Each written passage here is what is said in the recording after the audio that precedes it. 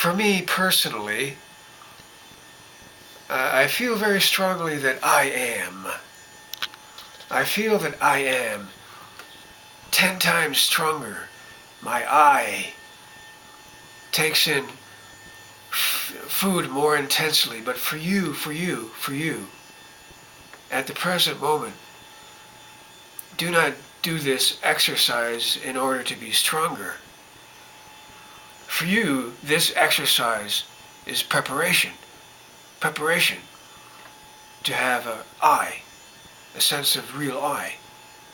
So that you should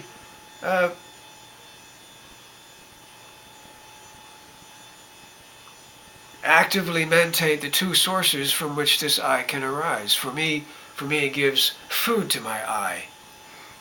It makes it stronger. So now that I am not a tail of a donkey, I am.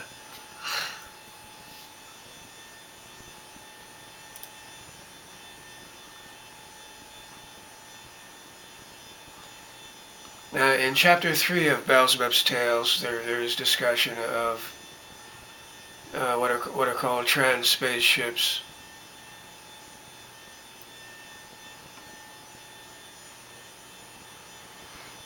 And that in earlier times, these trans spaceships were so complicated and cumbersome that it took almost half their power to carry the materials needed to elaborate the energy for their locomotion.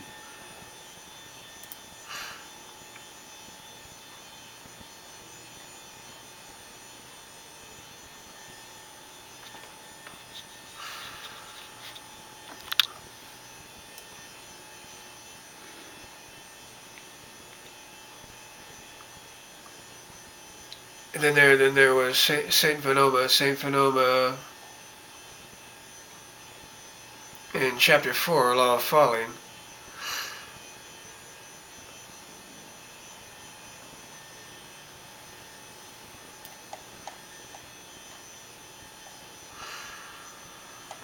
Anyway, all of these, the discussion here in Beelzebub's Tales of these earlier ships, there seems to be a correspondence here to the idea of preparation. That all work is for preparation, for I, for real I.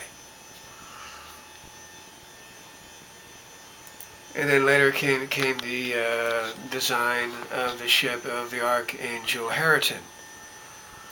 Well, obviously, there seems to be a correspondence here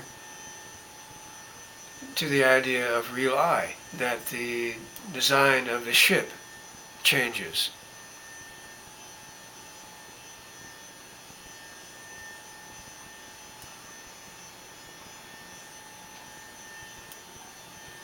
And so the process of division of attention between breathing and what arises in the head, it becomes a process of food for I.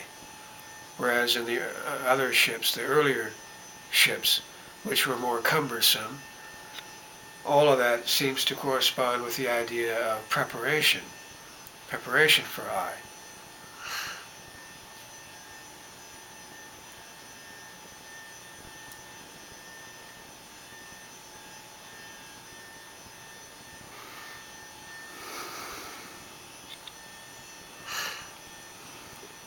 And the ship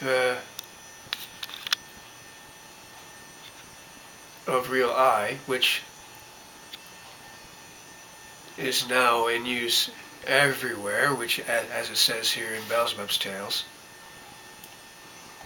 the whole of this great invention of Archangel Hariton consists of a single cylinder shaped like an ordinary barrel. The secret of this cylinder lies in the disposition of the materials of which its inner walls are composed.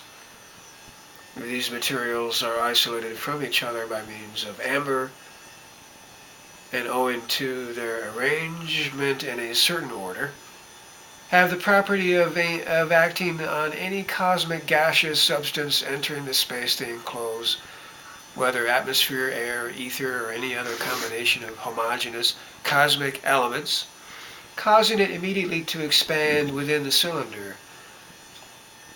And the bottom of this cylinder barrel is hermetically sealed, but the lid, although it can also be tightly closed, is hinged in such a way that on pressure from within it opens and then shuts again.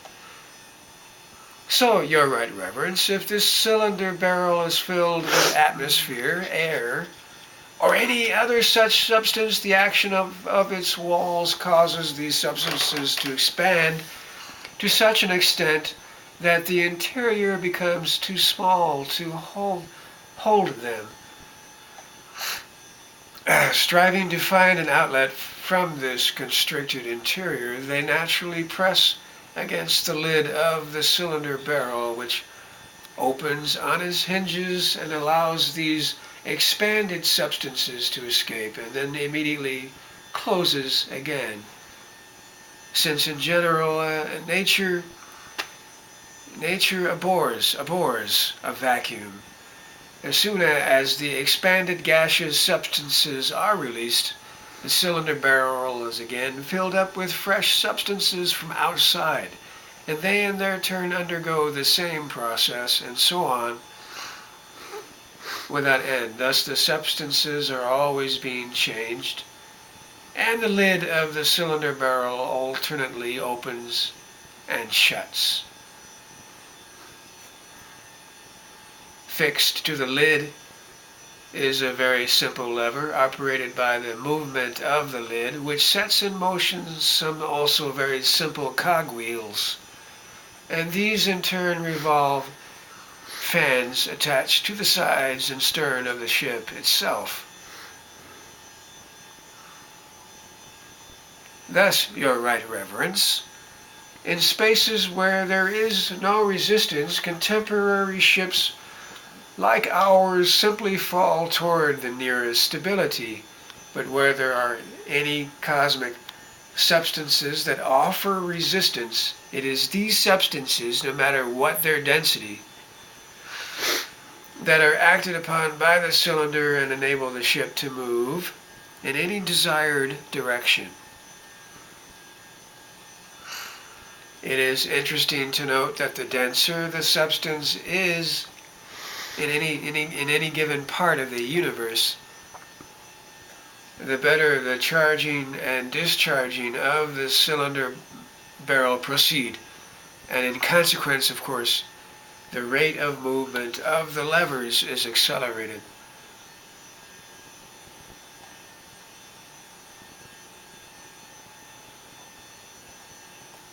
So these ships of the Archangel Hariton, the ships of real I, have the advantage that in atmosphereless spaces they can be given an impetus in any direction and can fall wherever intended without the complicated manipulations necessary in ships of the system of St. Venoma.